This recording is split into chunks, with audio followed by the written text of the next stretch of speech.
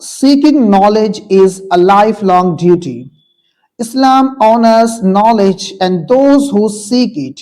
The Prophet Muhammad sallallahu alaihi wasallam said, "Seeking knowledge is an obligation upon every Muslim. Knowledge lights the heart, guides the path, and protects from ignorance. Whether it is learning the Quran, understanding Deen, or gaining skills to benefit others, every step counts. Age, gender, or status don't matter. The journey of learning never ends. The ink of scholars is more honored than the blood of martyrs. Let's read, ask, reflect, or grow daily.